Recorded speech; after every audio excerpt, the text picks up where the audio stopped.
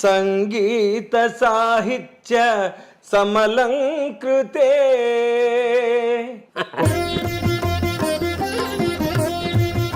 స్వాగతం. కానీ ఒక విషయం చెప్దాం అనుకుంటున్నా, సారు అలాంటివి వద్దురా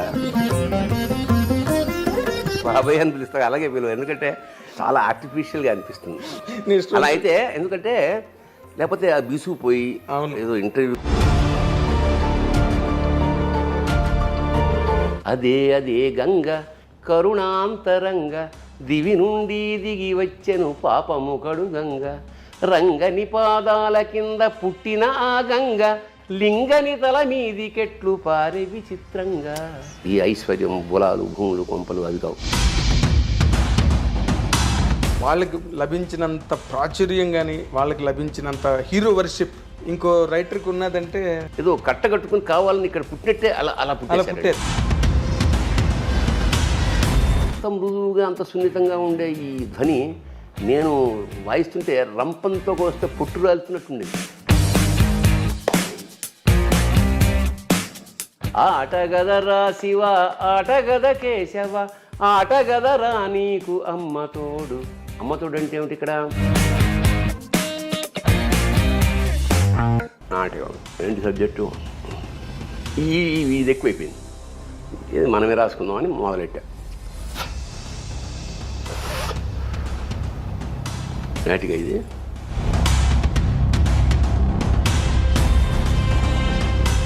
అసలు థియేటర్ దద్దరిల్లంగా డబ్బులు వేశారు. అవును, నాకు గుర్తు. రంగస్థలం మీద డబ్బులు వేశారు.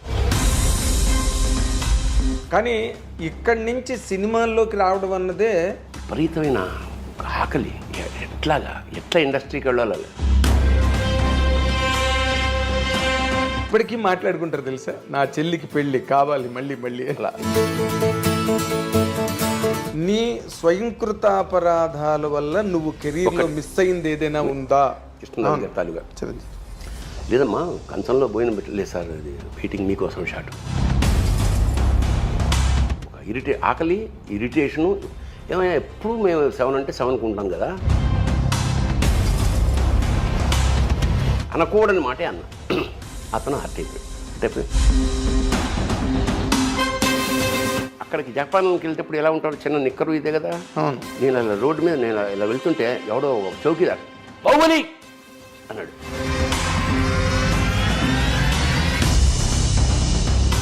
ఒక మహానుభావుడు, ఒక లెజెండ్ ని డైరెక్ట్ చేసావు.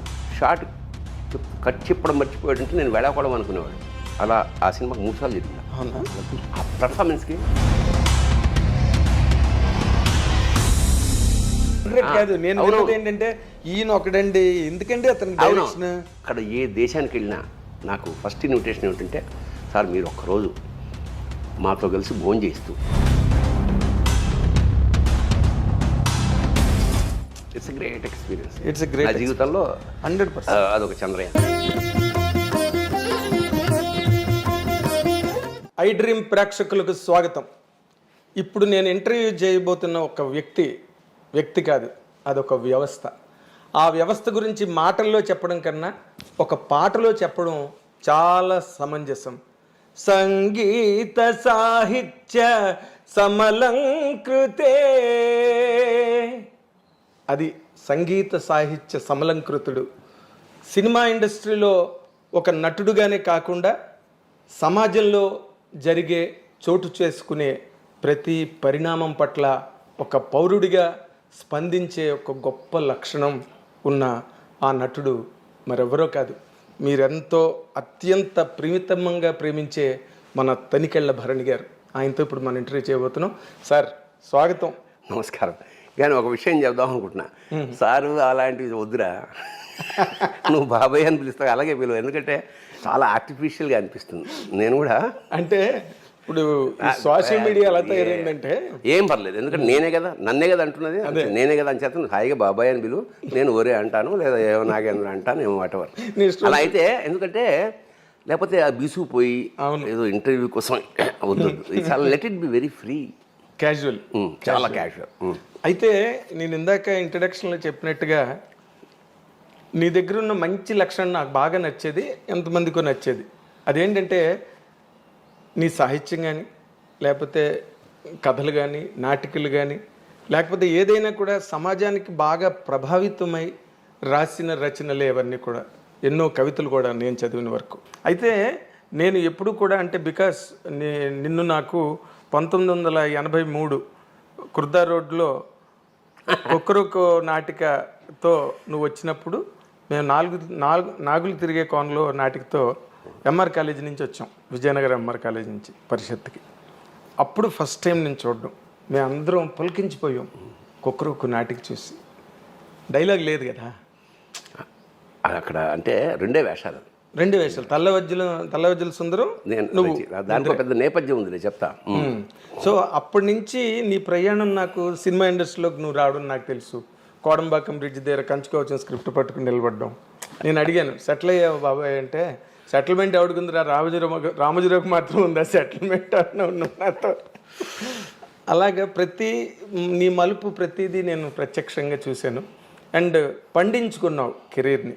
ఎలాగంటే ఊరికే నటుడుగా 4 వేషాలు వేసుకోవడం, 4 రాళ్ళు వెనక్కి వేసుకోవడం కాకుండా దాంతోపాటు ఈ సాహిత్యాన్ని కూడా, నీ జీవితాన్ని ఒరుసుకుంటూ ఆ సాహిత్యం కూడా ప్రయాణం చేసింది. నువ్వు రాసిన నాటకాలే కాదు, ఆటగద రాసేవా కానీ, పరికిణి కానీ, నక్షత్ర దర్శనం కానీ, ఇవన్నీ అంటే నీ పేరున ఈ ప్రపంచంలో చిరస్థాయిగా ఉండిపోయే వర్క్స్ అవన్నీ కూడా. అసలు వాటన్నిటికీ బేసిక్ ప్రేరణ, ఎందుకంటే నువ్వు నటుడుగా బిజీగానే ఉన్నావు. బేసిక్గా మాది పండిత కుటుంబం, వంశంలోనే కొంచెం సరస్వతి కటాక్షం ఉంది. ఎందుకంటే మా ప్రపితామహులు జంట కవులు, తిరుపతి వెంకట కవుల్లో ఒకరైన దివాకర్ల తిరుపతి శాస్త్రి గారు మా ప్రపితామహులు. అంచేత కొంచెం ఇంగువ కట్టాం గుడ్డకి, అలా ఉంది. అలాగే నా పైవాడు, మేము 7 అన్నదమ్ములం. నా పైవాడు Suribabu Tanikella, is no more. వాడు అపారమైన మంచి సాహిత్యం, ఇంగ్లీషు తెలుగు సాహిత్యాలు. ఓకే, అంటే ఇంగ్లీష్ ఇలా పుస్తకం పట్టుకుని తెలుగులో ఈ కథని తెలుగులో డబ్బింగ్ చెప్పేసేవాడు అనమాట, తెలుగులో రాసుకునేలా అట్లాంటి వాడు. అలాగే మా అన్న ఎంఎస్కో పాకెట్ బుక్స్ ఆరంభం, మా పెద్దన్నయ్య దానికి మెంబర్. అంటే ఇంట్లో పుస్తకాలు ఉండేవి ఎప్పుడు అలాగా. ఓకే, సో పుస్తకం ఉంటే ఇక చదవడం, అంటే వేరే ఎంటర్టైన్మెంట్ ఏమున్నప్పుడు ఇంకా రేడియో రాలేదు మాకు, నా చిన్నదానికి అప్పుడు ఇంక రేడియోలే ఎరగం.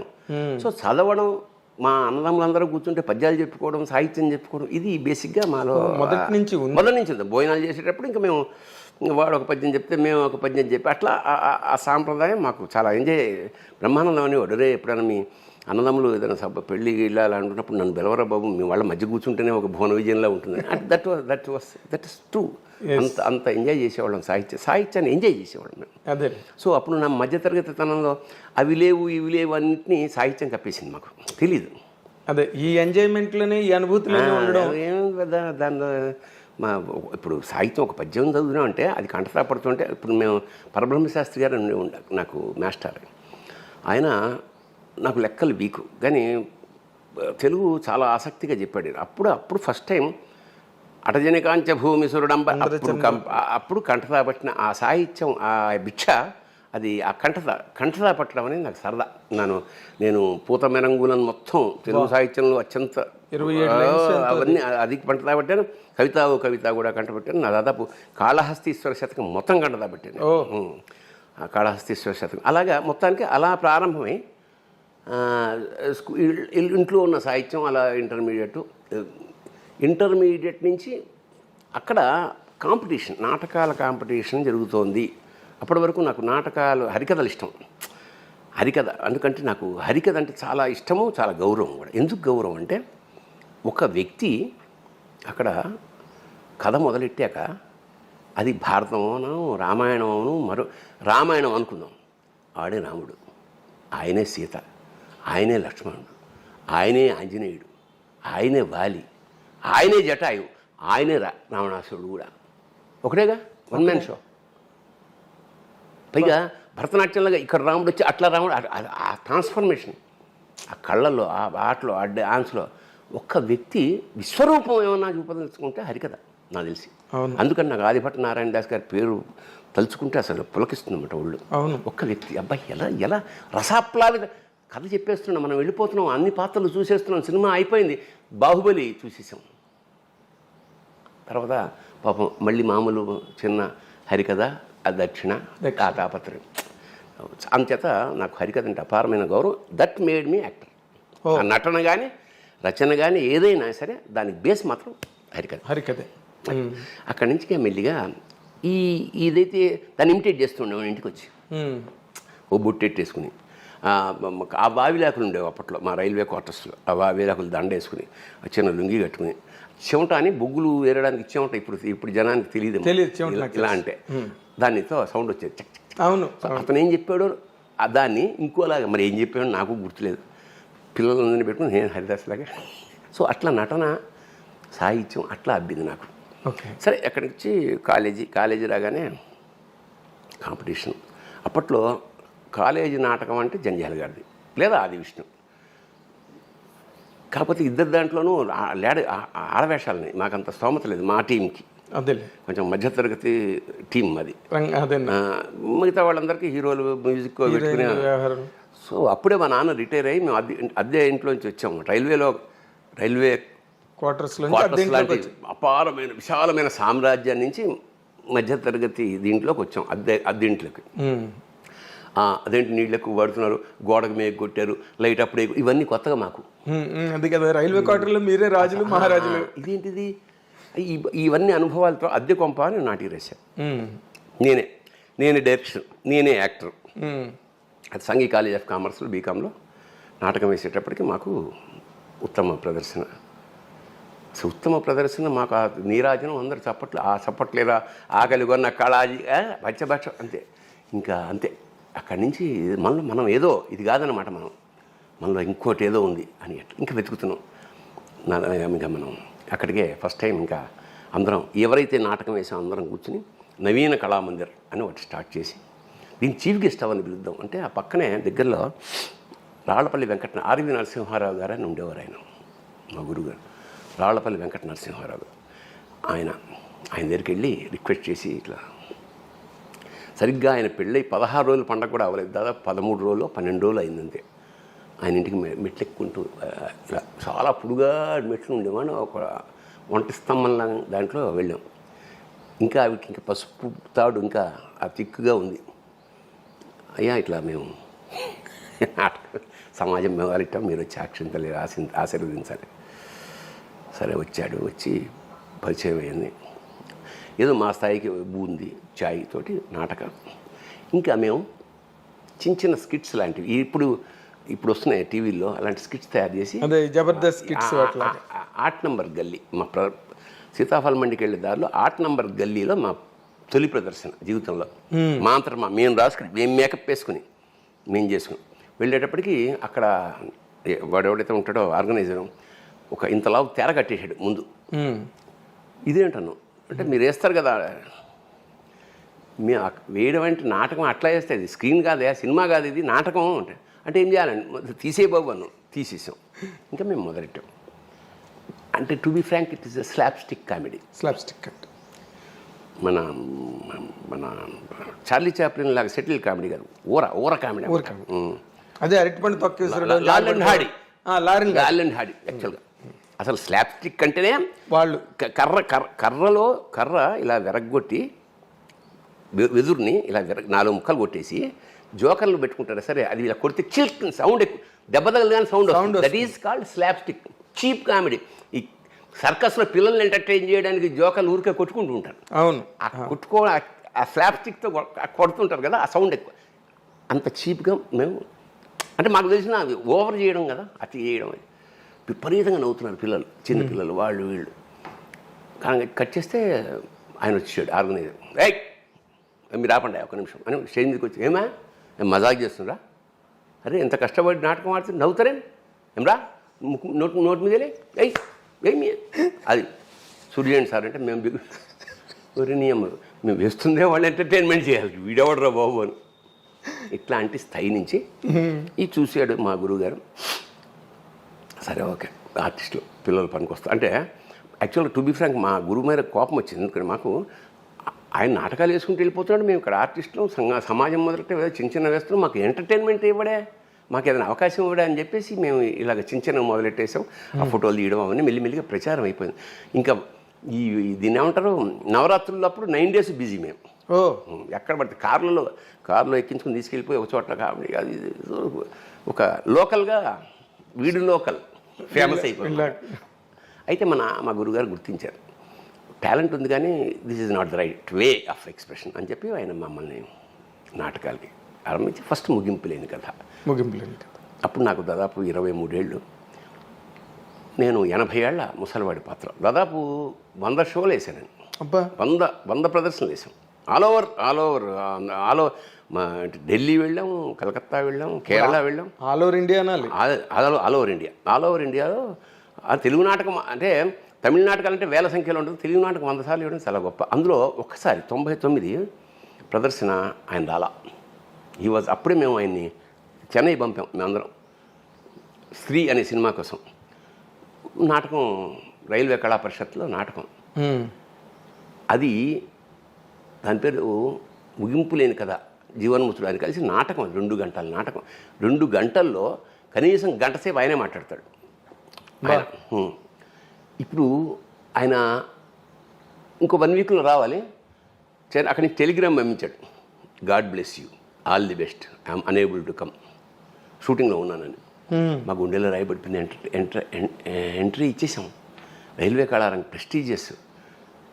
నేనేమో తాత వేషం, మల్లాది విజయలక్ష్మి గారు ఆవిడ భార్య వేషం అన్నమాట, రాళ్ళపల్లి గారు.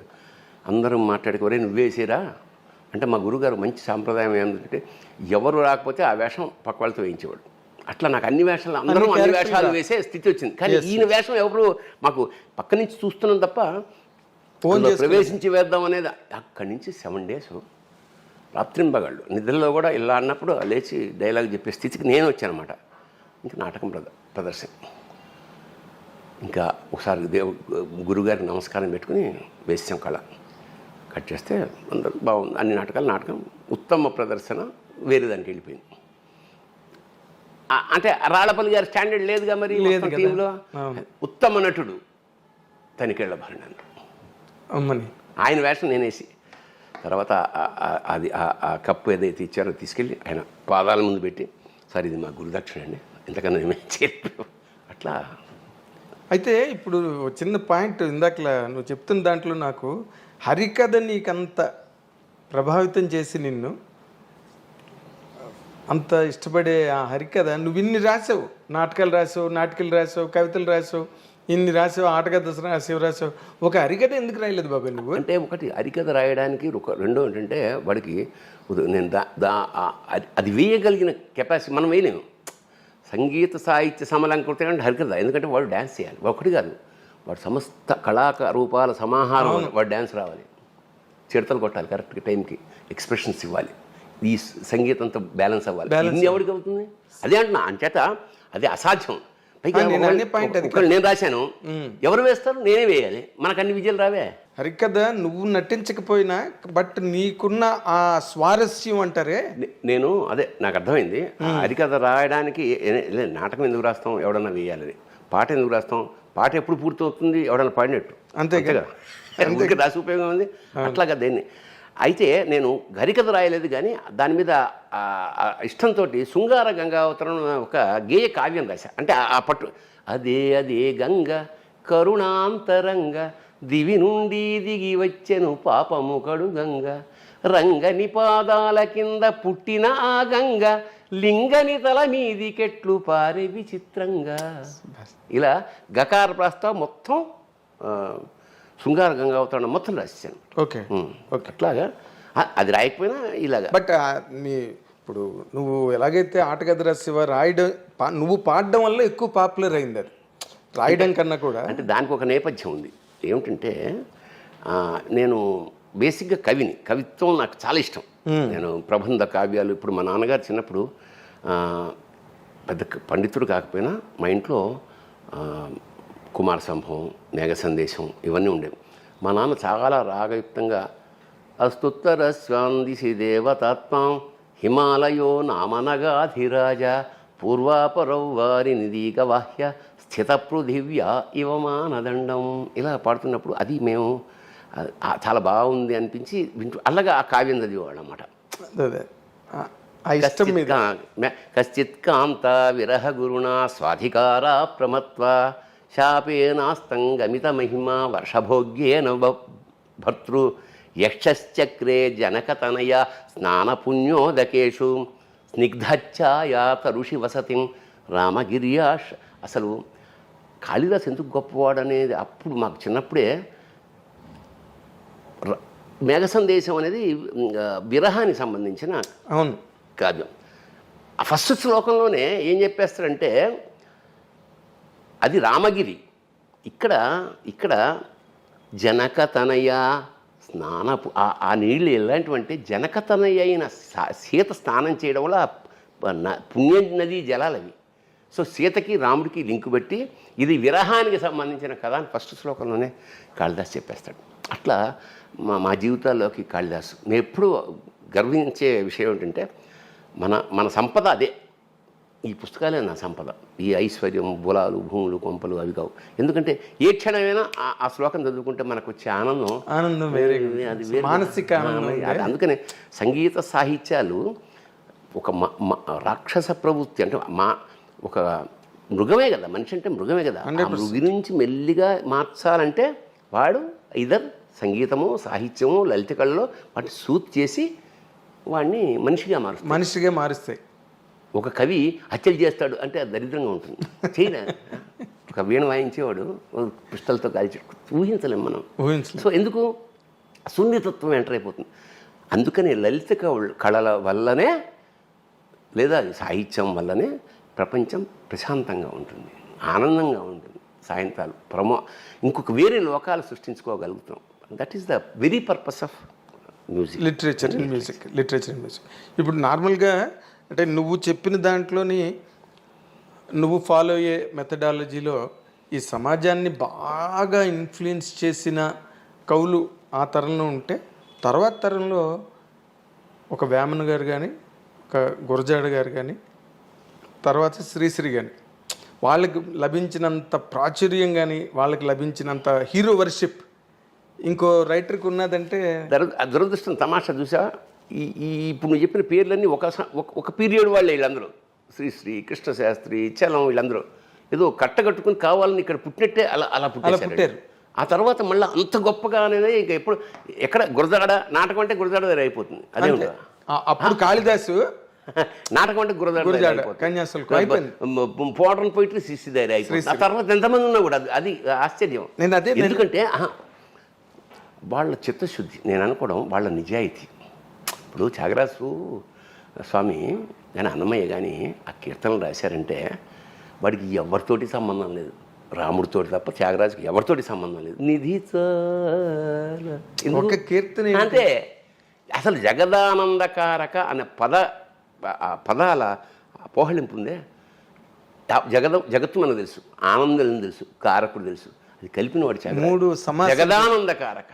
ఒక్క వాక్యంలో మొత్తం వ్యక్తిత్వం అంటే దేవుడి వ్యక్తిత్వం, వీడి ఆర్ద్రత అంత ఏక వాక్యంలో చెప్పి అనుభూతి. ఏకవాక్య దాన్ని ఏమంటారు, ఏకవాక్య సంబోధనం, ఏకవాక్య మహాకావ్యం. ఏకవాక్య మహాకావ్యం అన్నమయ్యుడు.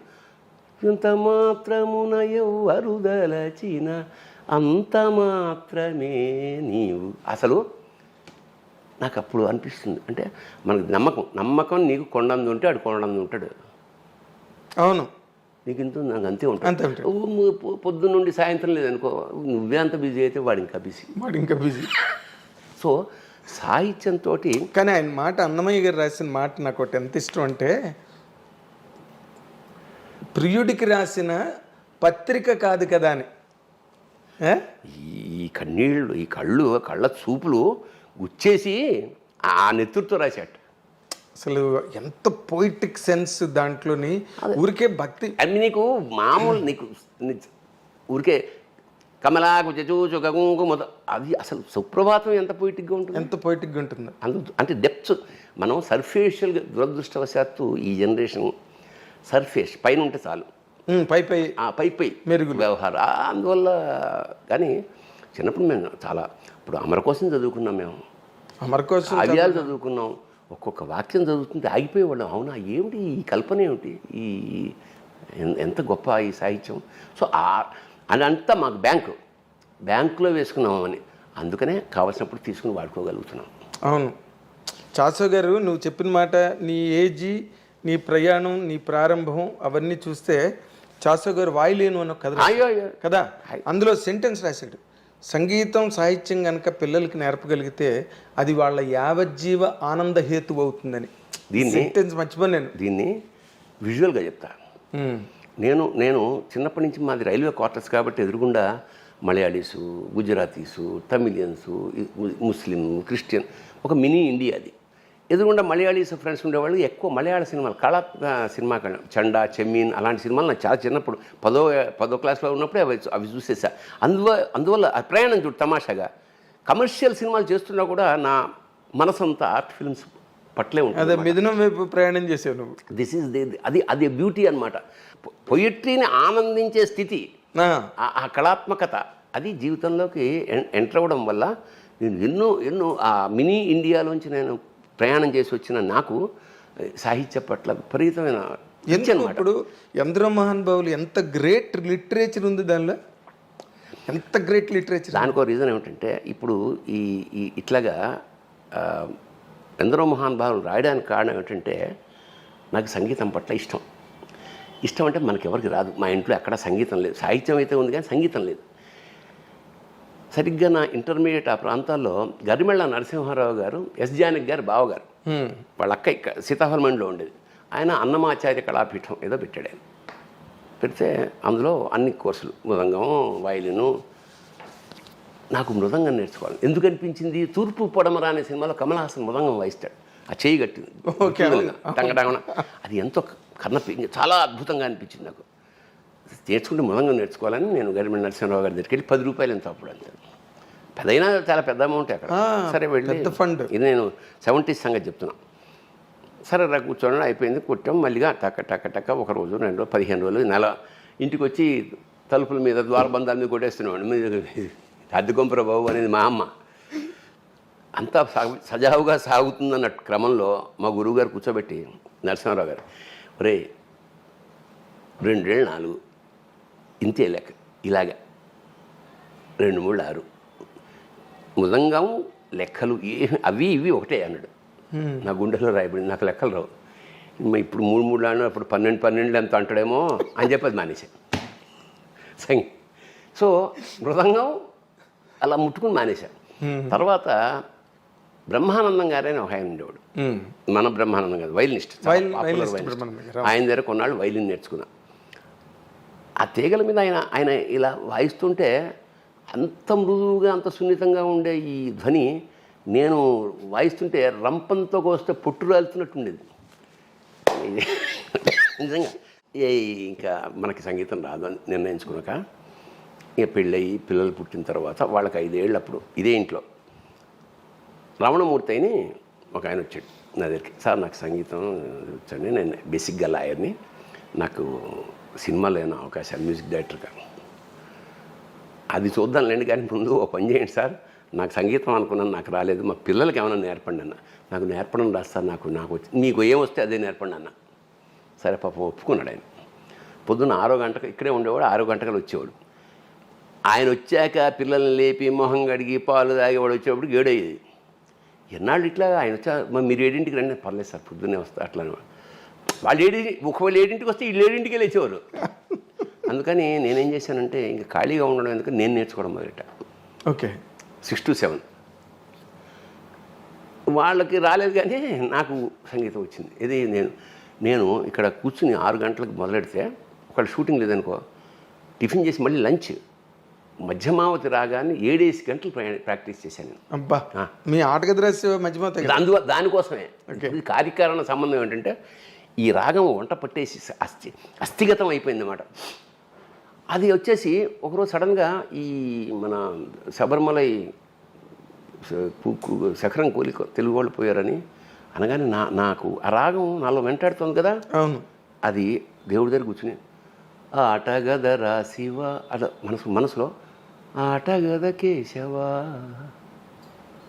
అని వచ్చిన తర్వాత ఏమిటిది, క్రీడార్థం సృజసి ప్రపంచమఖిలం అన్నారు ఆదిశంకర్లు. ఏమిటయ్యా ఆట, వీళ్ళు చంపేయడం ఏమిటి అని చాలా బెంగతో అలాగా ఆటగదరా శివ ఆటగద కేశవా ఆటగదరా శివ ఆటగద కేశవ ఆటగదరా నీకు అమ్మ తోడు. అమ్మ తోడు అంటే ఏమిటి ఇక్కడ? శివశక్త్యాయుక్తో యది భవతి భక్త ప్రభావితం. అమ్మ శివుడు లేకుండా అమ్మవారు లేకపోతే అదే అమ్మ తోడు అంటే అదే మన అమ్మ అయ్యమ్మ తోడు కాదు, అమ్మ తోడు. అమ్మ తోడు ఆటగదరా శివ, అదే అమ్మ తోడు కూడా నీకు ఆటగద కేశవ. ఆటగదరా శివ, ఆటగద కేశవ, ఆటగదరా నీకు అమ్మ తోడు. ఆటగదరా శివ, ఆటగద గణపతిని తిరిగి బతికించేవు, కళ్ళు మోయుట మొదటి ఆట నీకు. మళ్ళీ ఆటగద మాయకే మాంగళ్యమును గట్టి, కామదహనము సయ్యాట నీకు. ఆట బ్రహ్మకు సృష్టి అంతమే నీ దృష్టి, విష్ణుమాయలు కూడా ఆట నీకు. ఆట చదువుల తల్లి ఆట బంగారు వల్లి, ఆట చదువుల తల్లి ఆట బంగారు వల్లి, ఆటగద శ్రీచక్ర సంచారిణి. ఆటగదరా శివా, ఆటగద కేశవా. ఇది అదే రాగంలో ఒక 22 రోజులు జ్వరం. జ్వరం అంటే ఎక్కడ వచ్చినా అదే అదే అదే అదే ఫేవరెట్. రాత్రి పొద్దున్న నైట్ రాత్రి పక్కన పక్కన ఇది పుస్తకం పెట్టుకుని పెన్ పెట్టుకుని పడుకునేవాడు అనమాట. ఓ రాత్రి వీళ్ళు వస్తే వేసేసి మావిడికి భయం వేసేసింది. వీడు పిచ్చెక్కింది. ఏమిటండి ఇలా పిచ్చెక్కినట్టు ఇలా అయిపోతున్నారు మీరు ఏదంటే, ఒకవేళ నిజంగా శివుడి పిచ్చి ఎక్కితే అంతకన్నా కావాల్సింది ఏమిటారు. మొత్తానికి అది 125 రాక రాసి దాన్ని 108కి ఎడిట్ చేసి, అదే కదా 108 చేసి వేటూరి సుందరరామూర్తి గారు తీసుకెళ్ళి చూస్తే పులకించిపోయినా చాలా చాలా చాలా బాగుంది ఆయన అని ముందు మాట రాశాడు. మాడుగుల నాగం శర్మ సంస్కృతంలో దానికి ముందు మాట రాశాడు. జొన్నవిత్తుల రామలింగేశ్వరరావు రాశాడు. అన్నయ్య సీతారామ శాస్త్రి ఒక పాట రాశాడు. ముందు మాటగా ఒక పాటే రాశాడు. నాకు బాపు గారికి వినిపించా. పరమాద్భుతమైన బొమ్మేసి పంపాడు. అది అసలు నేను బాపు గారు ఎప్పుడు బొమ్మేసినా అలా అలా చాలా గంట 2 గంటల అంత చూస్తూ ఒక గంట తర్వాత మళ్ళీ ఫోన్ చేసి, సార్ మీరు ఆ కాలు ఇలా అన్నప్పుడు ఆ మువ్వలు ఆ గాలిలో తేలడం చాలా బాగున్నాయంటే, అవునా గమనించారా మీరు, బాగుంది అని. ఒక నెల తర్వాత నేను ఫస్ట్ వేసిన బొమ్మలో ఇలా తంతున్న బాలు కొంచెం దూరం అయిపోయిందండి భూమి. అంటే భూమిని బాల్తో ఆటగదరా శివ అనడానికి ఇలా గమ్మత్తుంటే ఆటగదరా శివ, ఆటగద కేశవ కాబట్టి శివుడికి పింఛం పెట్టాడు ఆయన. అవును, ఎస్ ఐ రిమెంబర్. పింఛం పెట్టి ఆ కాలుతో ఇలా తన్నినప్పుడు ఆ భూగోళం ఫుట్బాల్లో ఉండే భూగోళం కొంచెం దగ్గరేసి రెండో బొమ్మ పంపాడు నాకు. ఒక బొమ్మ వేయడమే గగనం, అలాంటి రెండో బొమ్మ కూడా వేసి నాకు. సో అక్కడి నుంచి మా వీణాపాణి అదే ఆల్రెడీ ట్యూన్ చేశాడు కదా, దీన్ని చూస్ చేసి లాస్ట్ క్లైమాక్స్ మాత్రం ఆటగదనాలోని ఆత్మలింగేశ్వర నిత్య రుధిరాభిషేకము నీకు. ఆటగదనాలోని ఆత్మలింగేశ్వర నేత్రములే నేతి దీపములు నీకు. ఆటగదనాలోని ఆత్మలింగేశ్వర ఊపిరుల అగరు ధూపములు నీకు. ఆటగదనాలోని ఆత్మలింగేశ్వర 6 చక్రాలే పుష్పాలు నీకు. ఆటగదనాలోని ఆత్మలింగేశ్వర కుండలిని యజ్ఞోపవీత మీకు. ఆటగదనాలోని ఆత్మలింగేశ్వర నాసిరమే నారికేళమ్ము నీకు. ఆటగదరా శివ. రేవతి రాగం, రేవతి. అదే అది రావణాసురుడు వేదాల్ని స్వరపరిచినప్పుడు రేవతితోనే స్వరపరిచాడు. మనకు చాలా తక్కువ సినిమాల్లో. అంచేత అదే మొత్తానికి ఫార్మ్ అయిపోయిన తర్వాత ఇంకా మేము ప్రోగ్రామ్స్ మొదలెట్టాం. అతనే మాకు వీణాపాణి గారే హార్మోనియం, అవును, వఠ్యం వేణు మృదంగం, మా డాక్టర్ చేబిఎం శ్రీనివాసరావు తంబూరా. మీరు సాహిత్యంతో మీ ప్రయాణం, సాహిత్యంలో మీ ప్రవేశం ఎలా ప్రభావితం అయ్యారని చెప్పావు బాబాయ్. అసలు నాటక రంగం వైపుకి ప్రయాణం ఎలా జరిగింది, దాన్ని మిమ్మల్ని ప్రభావితం చేసిన పాయింట్స్ ఏంటి? అదే అవసరార్థం అద్దెకొంప రాశాను, అది అయిపోయింది. గురుగారితో నాటకాలు. అవసరార్థం అంటే అద్దెకొంప అని మన కాలేజీలో నాటకాలు రాయమన్నారు. నాటకాల పోటీ కోసం రాశావు. అప్పుడు అయితే జంజాల్ది లేదా ఆది విష్ణు లేదా అతిల్ కృష్ణ. నాకు అక్కడ దాకా లేదు. అవును, ఇక్కడ వాళ్ళు కదా. అవును. ఇంకా ఏముందిలే మా ఎక్స్పీరియన్స్తో నేను రాసేసాను. అది ఉత్తమ. తర్వాత అదే రాళ్లపల్లి గారి పరిచయం. అదే అక్కడి నుంచి అయిన తర్వాత రాళ్లపల్లి గారు సినిమాకి రంగానికి వెళ్ళిపోయాక మా పరిస్థితి ఏమిటి? మురళీ కళా నిలయం రాళ్లపల్లి గారు పెట్టింది. ఆదర్శ యువభారతి, మన నంబూరు వీరన్నాథ్, దేశరాజ హనుమంతరావు, వీళ్ళందరూ ఉత్తమ ప్రదర్శనలు తీసుకుంటుంటే మా రవీంద్ర భారతి మెట్ల మీద కూర్చుని ఏడ్చేవాళ్ళం. మా గురువు గారు వెళ్ళిపోయాడు, రాసేవాళ్ళు లేడు. అప్పుడు గంటి బాబ్జీ అని నా ఫ్రెండ్, వాడని నువ్వేరా అయిరా ఇదొకటి ఎమర్జెన్సీ. మేము వేరే రచయితల దగ్గరికి వెళ్ళాం. నాటకం ఏంటి సబ్జెక్టు, ఇది ఎక్కువైపోయింది, ఇది మనమే రాసుకుందామని మొదలెట్టా. ఎమర్జెన్సీ ఒక సెటైర్, పొలిటికల్స్. నాకు పెద్ద పాలిటిక్స్ నచ్చలేదు, అయినా పొలిటికల్ సెటైర్. గార్ధభాండం టైటిల్, అంటే గాడిద గుడ్డు. సోషలిజం ఇక్కడ గాడిద గుడ్డు లాంటిది అని ఒక రాజు, ఒక మంత్రి, ఇట్లా దేశ రాజకీయ వ్యవస్థని రాజుల మీద ఆపాదించి నాటిక రాశాక మరి ఎవరు డైరెక్ట్ చేస్తారు దీన్ని?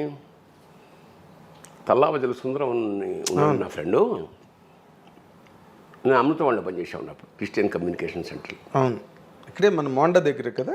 అవును, మనోహర్ టాకీస్ పక్కన. మనోహర్ టాకీస్ పక్కన. అవును. వచ్చాడు సాయంత్రం. అతను ఆల్రెడీ పాపులర్ రంగస్థల దర్శకుడు. తల్లావజల. అవును.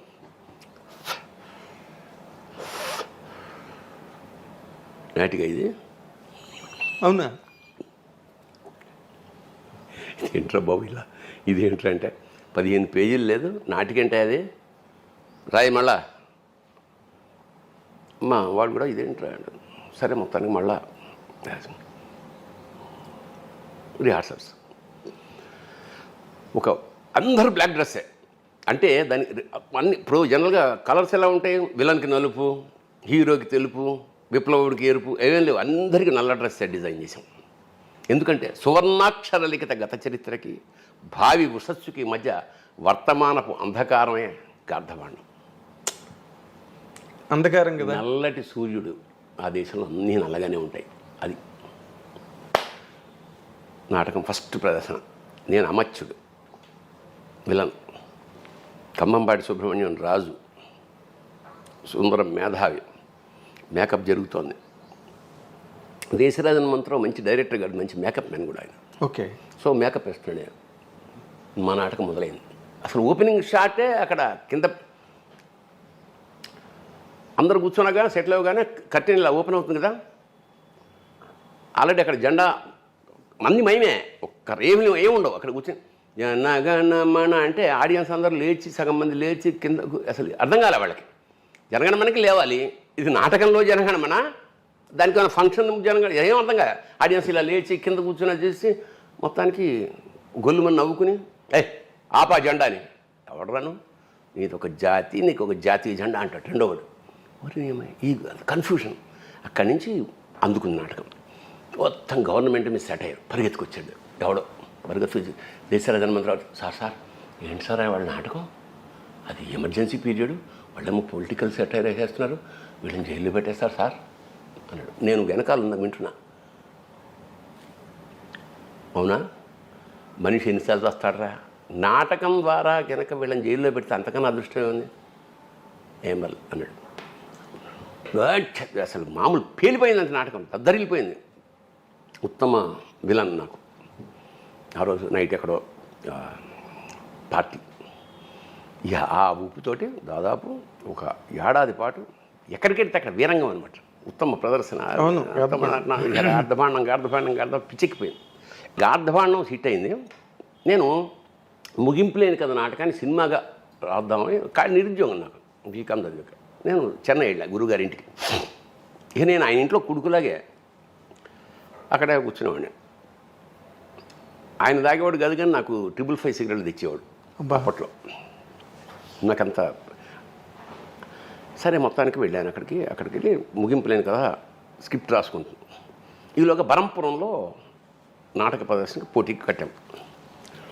మరి నేను చెన్నైలో ఉన్నా కదా, నేను సుందరం వాళ్ళ టీంకి ఏం చెప్పంటే, సరే మీరు ఇక్కడి నుంచి విజయవాడ వచ్చేయండి, నేను అక్కడ చెన్నై నుంచి ఇక్కడికి వస్తాను, అందరం కలిసి బరంపురం వెళ్దాం. సరే అన్నాడు. కట్ చేస్తే నేను బయలుదేరి విజయవాడ వచ్చాను. అసలు ఏం అప్పట్లో ఈ ఫోన్లకి లేవు కదా, ఆ ట్రైన్లో వెతుక్కోవడమే వెళ్ళి వచ్చారా లేదా అని. మాకు మాడుగుల కృష్ణమోహన్ అని మా శిష్యుడు అనమాట, వాడు రైల్వేలో పనిచేసేవాడు. ఏరా మన వాళ్ళు ఎవరన్నా కలిసారా అంటే ఎవరు రాలేదన్నా. అవునా, ఇదేంటని నేను మళ్ళీ హైదరాబాద్ వచ్చాను. వస్తే మా వాళ్ళు జ్వరం వచ్చి పడుకున్నాడు. సుందరం, ఏంటి సుందరం, మనం పరిషత్ అక్కడ కడుతుంటే ఒక్కటి రాలేదు, వాళ్ళకి చెప్పలేదు, మనం వాళ్ళు ఏమనుకుంటారంటే ఏం చేయమంటావా, ఒక్క రిహార్సల్స్ రావట్లేదే అమ్మా. నాకు అక్కడ ఆల్రెడీ బరంపురం రాలేదు, ఇన్ఫామ్ లేదు. వాళ్ళు ఏమిటంటే ఇద్దరు దొంగ విధవలు వీళ్ళు, ఆదర్శ భారతి వీళ్ళందరూ కలిసి, వాడు ఒకసారి వెళ్ళినప్పుడు వీళ్ళకి కొట్టేస్తాడు, ఇట్లా ఏదో బ్యాడ్ ప్రాపగండా. నాకు అసలు కాలిపోయిందన్నమాట, ఇంత కమిటెడ్గా మనం చేస్తుంటే ఇదా అని. సరే మళ్ళీ చెన్నై వెళ్ళిపోయాయి వెంటనే 2-3 రోజులు. వీళ్ళెవ్వరూ లేకుండా నాటకం రాద్దాం ఓకే అని 3 త్రిమూర్తులు, ఒకడు విష్ణు బ్రహ్మ మహేశ్వర తోటి మొదలెట్టి 3 రావట్లా. కట్ చేసి 2 వేషాలతో చేద్దాం, యోగి జోగి మొదలెట్టి మొత్తానికి 2 వేషాలతో ఏంటే అన్నాడు. రివైజ్ రాసేసి తయారు చేశాను, నేను సుందరం, అంతే, ఇంకెవరు లేడు ఆర్టిస్ట్. అంటే ఇంక తక్కువలతో బెడద లేకుండా అసలు ఎవరు ఉండకూడదు, డైరెక్టరు రైటరు ఇద్దరం ఆర్టిస్టులు. అదే మరి లలిత కళా సంస్థ రైల్వేస్ ఫస్ట్ ప్రదర్శన, ఉత్తమ experimental play, best experimental play first. సరే ఏదో గుర్తింపు. నెక్స్ట్ చిలకలూరుపేట తెలుగుదేశం కళా పరిషత్ ఫస్ట్ ఇయర్, ఎన్టీఆర్ పేరు మీద, సెకండ్ ప్రొడక్షన్. అక్కడి నుంచి మేము నెక్స్ట్ జిఎస్ఆర్ మూర్తి కళా పరిషత్ విజయవాడ రావాలి. నేను ఆలోచిస్తున్నా, ఏమిటిది ఇట్లాగా ఫస్ట్ టైం ఇది వచ్చింది, 2 సెకండ్ వచ్చింది, ఫస్ట్ రావాలంటే ఏం చేయాలి. అందులో సెంటర్లో వైట్ స్క్రీన్ ఉంటుంది, వెనకాల ఇటు కాషాయం స్క్రీన్ ఉంటుంది, ఇటు గ్రీన్ స్క్రీన్ ఉంటుంది. సెంటర్లో స్కల్ ఉంటుంది, అశోక్ చక్ర ప్లేస్లో సింబాలిక్గా ఇండియాలో జరుగుతున్న దానికి ఒక గ్రాడ్యుయేట్ టోపీ ఉంటుంది, శిథిలమైపోయిన మేధస్సుకి చిహ్నంగా, అంత సింబాలిక్ వే. మేమే తండ్రి కొడుకు, ఆఫీసరు, గుమాస్తా, విప్లవకారుడు, రాజకీయ నాయకుడు, ఇట్లా అన్నీ 2 వేషాలు మేము వేస్తాం కదా, 2 వేషాలు భార్యాభర్త వేషం కూడా ఉంది అందులో. వెనక్కి వెళ్తాం, వెనక్కి వెళ్ళినప్పుడు వెనక్కి వెళ్ళి ఒక 1 2 3 4 శోభనం అయిపోయింది, గర్భంతో వచ్చేస్తాం. అట్లా శోభనం ఎలా చూపించాలి అనేది నాకు ఒక ఐడియా వచ్చింది. ఏం చేసాం, ఇప్పుడు ఇక్కడ స్క్రీన్ ఉంటుంది, అంటే నేను I will show it performance. ఒక్క నిమిషం, ఇది స్క్రీన్, ఇది స్క్రీన్ అన్నప్పుడు దీని వెనకాల ఇటు వచ్చేసాక అబ్బాయి నేను ఇలా బయలుదేరా, నా చెయ్యి, అమ్మాయి ఇలా బయలుదేరి ఇలా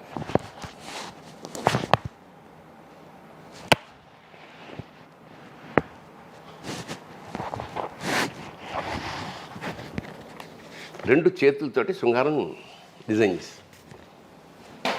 చెప్పా, ఇట్లా ఉంటుంది. ఏమైనా ఇది క్లోజప్ పెట్టి కెమెరా కాదు కదా అన్నాడు సుందరం. ట్రై చేద్దాం, వెళ్ళి 2 చేతులు ఇలా పెట్టి ఇలా వెళ్ళి ఇలా వెళ్దాం. అలా వెళ్తున్నప్పుడు మళ్ళీ అమ్మాయిని పట్టుకుంటా సిగ్గుతూ. ఇదంతా అసలు థియేటర్ దద్దరిల్లం కాదు, డబ్బులు వేశారు. అవును, నాకు గుర్తు. రంగస్థలం మీద డబ్బులు వేశారు. వెంటనే సెకండ్ ఇచ్చాడు, వండర్ఫుల్. ఇక అలాగే విజృంభణ.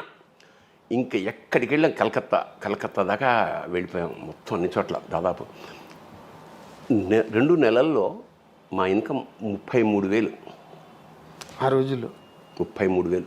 మేము ఈ మన అంటే ఖర్చు వెచ్చాలన్నీ అన్నీ పోను, వేలలో ప్రైజులు అన్నీ వాళ్ళే కదా, ఫుడ్ వాళ్ళే పెడతారు, రుమాలు ఇస్తే మా ట్యాక్సీలో వెళ్ళేవాళ్ళం మేము. ఒక మధ్యతరగతి లోయర్ మిడిల్ క్లాస్ నాటకం నుంచి సూపర్ హిట్. మేము పెడితే చాలామంది స్కూళ్ళకి ఇస్తారు కదా, స్కూళ్ళలో ఇచ్చేవారు కదా, మాకు పక్కకి పిలిచి మీకు లాడ్జ్లో బుక్ చేసాం సార్. సక్సెస్.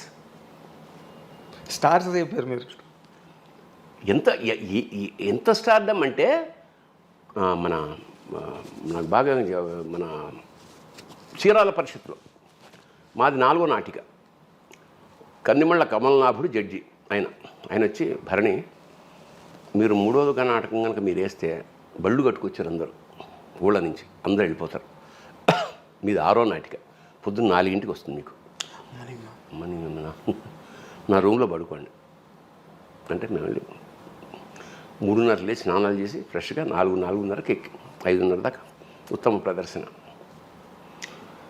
కలకత్తా మేము వెళ్ళాం. కలకత్తా తెలుగు ఆంధ్ర మహాసభ లాస్ట్ అది అయ్యాక మేము రావాలి. జలగ నాటకం ఫక్తు కమ్యూనిస్టు ఎర్ర రంగు నాటకం మొత్తం రెడ్ లైట్లతో అసలు బీభత్సంగా ఆడిస్తున్నారు. జనం ఉత్కంఠ, తప్పట్లు ఏళ్ళు. మేము డల్ అయిపోయాం. మనీ అమ్మ ఇదేంట్రా బాబు మొత్తం ఏళ్ళు అసలు. ఆ నాటకం తర్వాత ఇంకో నాటకం, ఆ తర్వాత మా నాటకం లాస్ట్ది. మేము అందుకని పైగా మాకు గడ్డం లాల్చలేదు, జీరో మేకప్ ఏం లేదు. సరే నాటకం అయిపోయింది. డైరెక్టర్ బయటకు వచ్చాడు. మొత్తం జనం మూగిపోతున్నారు వాడి చుట్టూ. సార్ ఏంటి సార్ ఇది ఏంటి సార్ అంటే బెట్టోను జాయబ్ సేన అని నృత్యరత్నావళి మిక్స్ చేశాను అని అంటున్నాడు. అప్పుడు నేను పీజీ డిప్లొమా చదువుతున్నాం. మాకు తెలుసు ఏమిటో బెట్రోల్ భట్ ఎవరో, ఎలినేషన్ థియరీ ఏమిటో. నృత్యరత్నావళి కదా, నృత్యరత్నావళి జాయబ్ సేన అని ఎగ్జాక్ట్లీ అవి మాకు తెలుసు. ఎప్పుడైతే నృత్యరత్నావళి అన్నాడో దొరికాడు మాకు. వీడికి అంత హాఫ్ నాలెడ్జ్గా వీడు. సర్లే చూద్దాం కట్ చేస్తే ఆ నాటకం. తర్వాత వేరే నాటకం మేము ప్రిపేర్ అయ్యి రెడీ అంటే వెళ్ళిపోయాం. మాకల్లా ఈ చేపలు పట్టుకునే వైర్ ఉంటుంది, అది స్కల్కి కట్టాలి ట్రాన్స్పరెంట్గా. అదొక్కటే కట్టడం. ప్రొడక్షన్ వైట్ కాషాయం ఆ గుడ్డలు చుట్టేసి పెట్టేసాం. అవును ఆడాం. ఉత్తమ ప్రదర్శన కుక్కరొకో, ఉత్తమ ద్వితీయ ప్రదర్శన జలగ, ఉత్తమ నటుడు కుక్కరొకో, ఉత్తమ దర్శకుడు కుక్కరొకో, ఉత్తమ రచన కుక్కరొకో, ఉత్తమ సహాయ నటుడు కుక్కరొకో. ఇంత వెండి కప్పు అసలు పిచ్చికిపోయింది. అయిపోయింది. వచ్చి మాకు ఈ లాడ్జిలాగా ఇస్తారు కదా స్కూల్ సేవ, స్కూల్లో కూర్చుని ఎంజాయ్ చేస్తున్నాం. ఇక్కడ వాడు సిగరెట్ కాలుస్తున్నాడు సుందరం. ప్లస్ అయిపోయింది. మాట్లాడుతుంటే ఈ డైరెక్టర్ దూరంగా అటు పెడుతున్నాడు అన్నమాట. వీడు సముడు ఒక్క నిమిషం అన్నాడు. అప్పుడు ముందంతా మమ్మల్ని చాలా ట్రైన్ నా కొడుకులు అన్నట్టు చూసాడు కదా. వాడు ఆ రావడాన్ని నేను అబ్స్ట్రాక్ట్గా ఊహించుకుంటే ముక్కలుగా తెగిపోయి వచ్చి ఇక్కడికి వచ్చాడనమాట. ఎస్ బ్రదర్ అగ్గిపెట్టి ఉందా అని అడిగాడు. లేదు నాకు అలవాట్లేదు సార్. నేను వద్దు సుందు వద్దు ఏమన్నా అంటున్నాను నేను. వాడు ఏమనలే అగ్గిపెట్టి ఉందా అన్నాడు. మళ్ళీ ముక్కలన్నీ అతుక్కుంటూ వాడు వెళ్ళిపోయాడు. అట్లా ఒక సంచలనం. ఇక ఇక్కడికి రాగానే మా వాడందరూ ఏడుపు. మీరే వెళ్తున్నారు, మీరే కొడుతున్నారు, మరి ఏం చేయండి, మీరేమో పరిస్థితి లేదు ఈసారి 11 మందిని పెట్టి గోగ్రహణం, హిమబిందు. ఇంకా అక్కడ చిన్న విషయం. ఇంకా ఎక్కడికి వెళ్ళినా అసలు రేంజ్ వేరే. చెన్నమల్లేశ్వర అమలాపురం పరిషత్. ఇప్పుడు అది కూడా ఎప్పుడు సెకండ్ ప్రైజే వస్తుంది. 4-5 ప్రదర్శనలు వేసిన. భోజనం చేస్తున్నాను, అందులో డైలాగ్ అంటే అమ్మ మమ్మల్ని క్షమించు. చివరికి ఆ అమ్మాయి హింస పెడుతుంటే ఆ గోగ్రహణం అనే పేరు ఏమిటంటే ఒక స్త్రీ యొక్క మొత్తం పరిణామక్రమం. అదే లాస్ట్కి అమ్మ సూత్రుడు అంటాడు, అమ్మ మమ్మల్ని క్షమించు తల్లి, మీకు ఏమాత్రం చేయుతున్న మా జాతి నపుంసకత్వాన్ని క్షమించు. ఇట్లా ఏదో డైలాగు. భోజనం చేస్తున్నప్పుడు టక్కన ఒకటి వెలిగింది. ఇప్పుడు దాకా క్షమించి అంటున్నాం కదా, క్షమించకు అంటే ఎట్లా ఉంటుంది అని ఎర్ర శాలువ తీసి గో మీద వేసి, అమ్మ మమ్మల్ని క్షమించకు, నీకేమాత్రం చేయూతనివ్వలేని మా జాతి నపుంసకత్వాన్ని క్షమించకు. క్షమించు అని ముందు ఉండేది, క్షమించకు అనగానే అసలు అయ్యగిరి నంది అది చింపేస్తా. ఉత్తమ ప్రదర్శన, ఉత్తమ నటి. అది హిమబిందు. హింబిందు. ఎందుకంటే అప్పటికి వైజాగ్ విజయలక్ష్మి నాటకాల వరకు సావిత్రి. అవును, రైనింగ్ సుప్రీం ఆవిడ. అసలు ఆవిడ వస్తే మిగతా వాళ్ళందరూ డైలాగ్ కూడా అంత అద్భుతంగా చెప్తుంది ఆవిడ. విజయలక్ష్మి మీద ఉత్తమ ప్రదర్శన హిమబిందు బెస్ట్ యాక్ట్రెస్. అసలు దానికి జ్వరం ఏడుపులు 104 వచ్చేసింది ఇంకా ఆ ప్రైజ్ అందుకున్నాక. అంటే అసలు చంద్రయాన్ అంతే. అదే ఆ రంగంలో ఉన్న వాళ్ళకి ఆ వాల్యూ తెలుస్తుంది. విజయలక్ష్మి మీద కొట్టేశారు అనేటప్పటికి ఇది అవుట్. అట్లా అట్లా ఒక ఒక ఒక సామ్రాజ్యం. ఎక్స్పెరిమెంటల్ థియేటర్లో మీరు ఆ రోజున పేపర్లోనే మీ గురించి రాస్తున్నారు. ఇప్పుడు అంటే ఇప్పుడులాగా మనకి టెలివిజన్ మీడియా గట్రా ఆ రోజు లేవు కాబట్టి సరిపోయింది.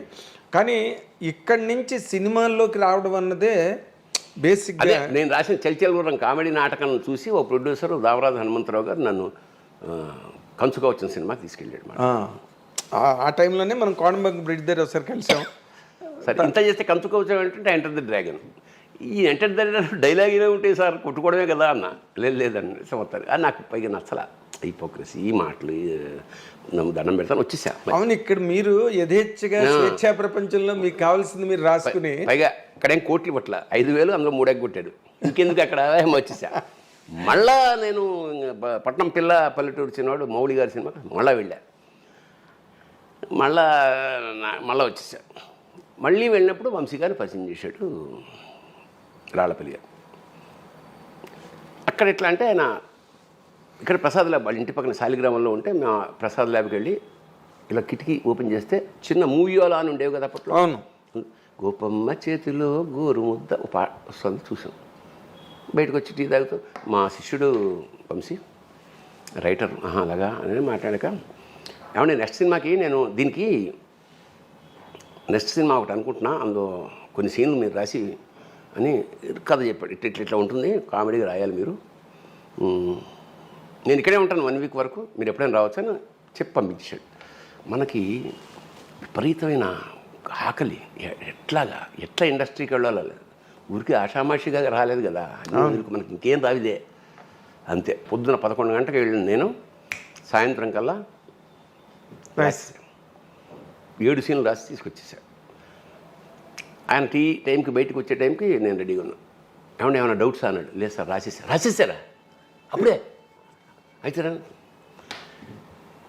విపరీతంగా నవ్వాడు.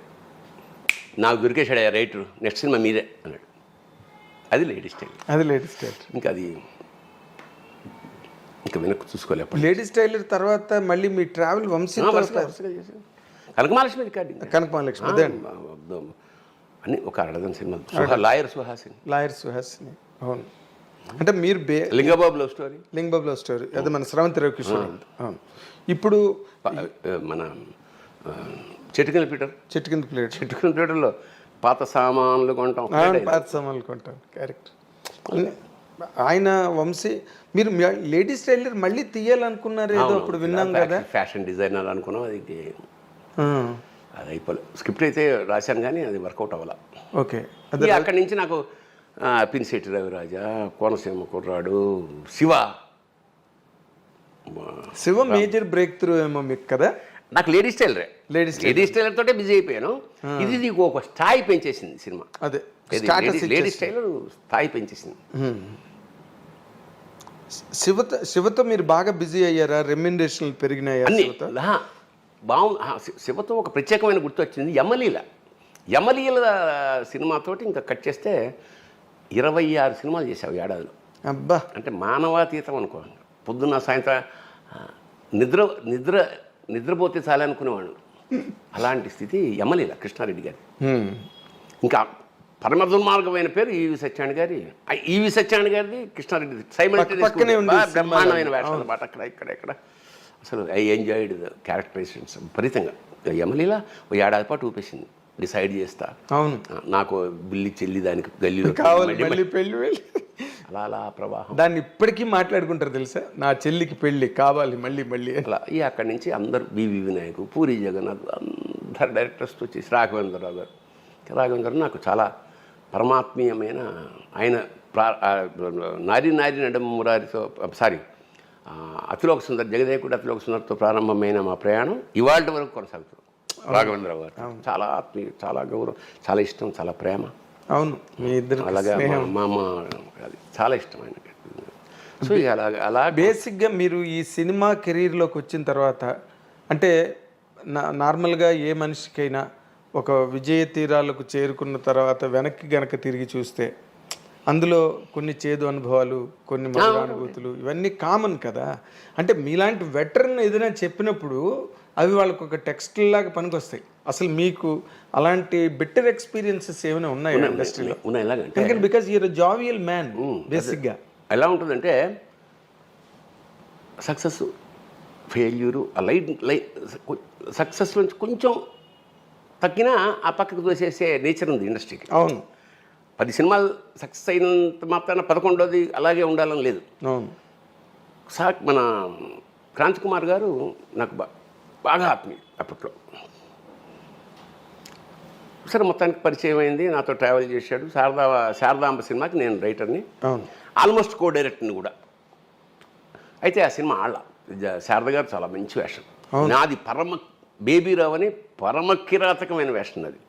అంతా ఇంత కదా. అంటే ఫస్ట్ ఇంట్రడక్షనే ఓ స్టూడెంట్ని నేను, ఫస్ట్ షాట్ నాది ఏం చేశా అంటే అమ్మాయిలు ముందు కూర్చుంటే ఓ అమ్మాయి జడ కత్తిరిస్తా అని. బేబీరావు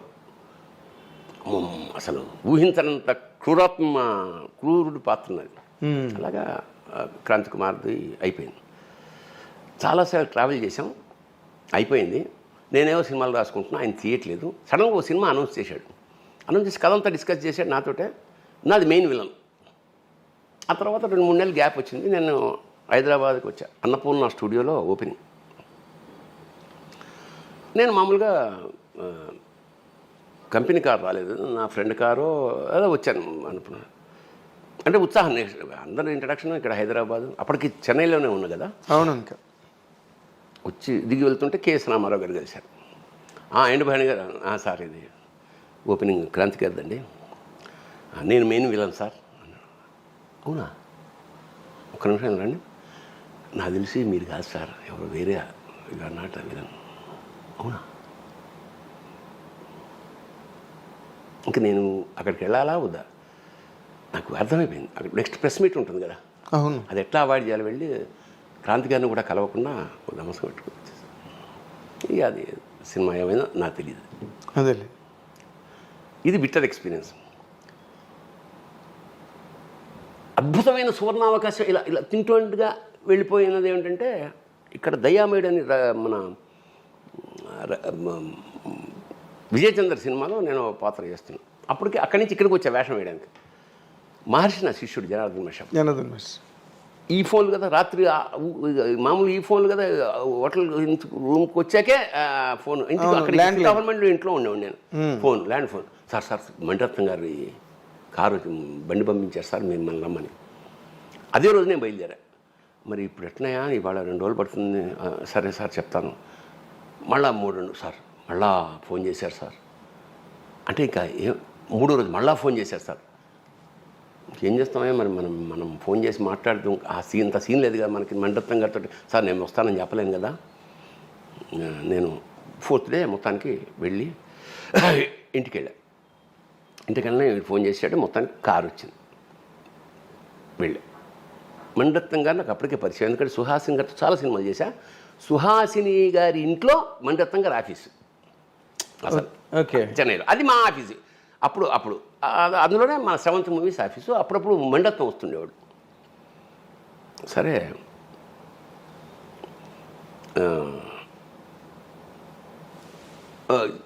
వచ్చింది కదా, ఆఫీస్కి పిలిచారు. వెళ్ళాను. సార్ అంతా కథ చెప్పాడు.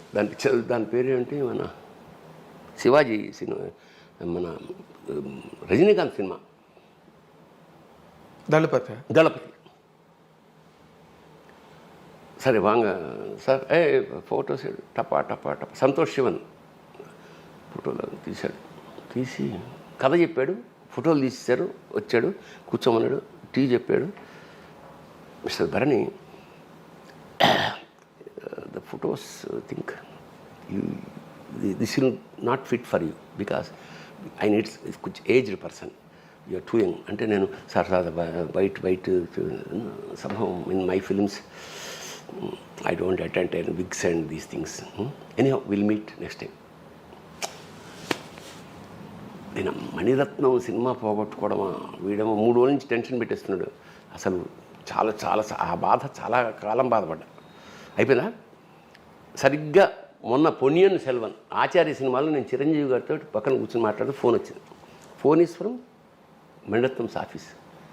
నేను అసలు అన్నాడు మళ్ళీ ఏమన్నా తీరా చూస్తే mister Bharani, I'm doing Ponniyin Selvan, you have to write Telugu dialogues for this. Sir touch పోవచ్చు sir, shall I write 4-5 scenes and send you? ఎన్నా సార్ ఎన్నా పేసురుంగే, ఏంటది వచ్చేయండి అన్నాడు.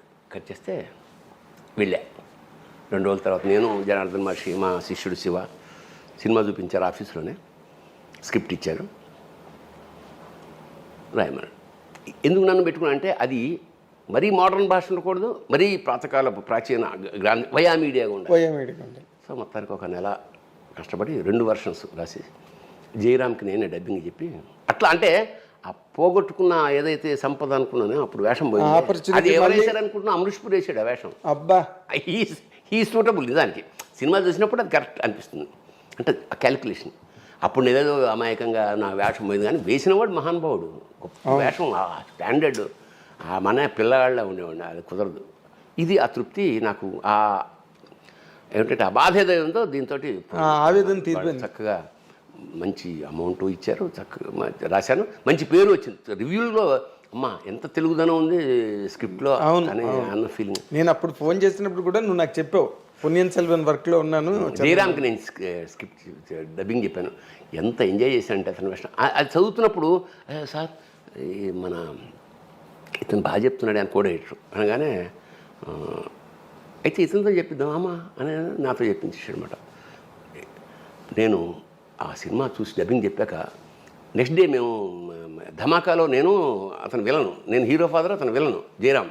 అసలు రూపురేఖ విలాసం అన్నీ మారిపోయినాయి. గడ్డం టఫ్గా ఉన్నాడు, అందులో లూజ్ బాడీ, ఒక వైష్ణవ బ్రాహ్మడి వేషం.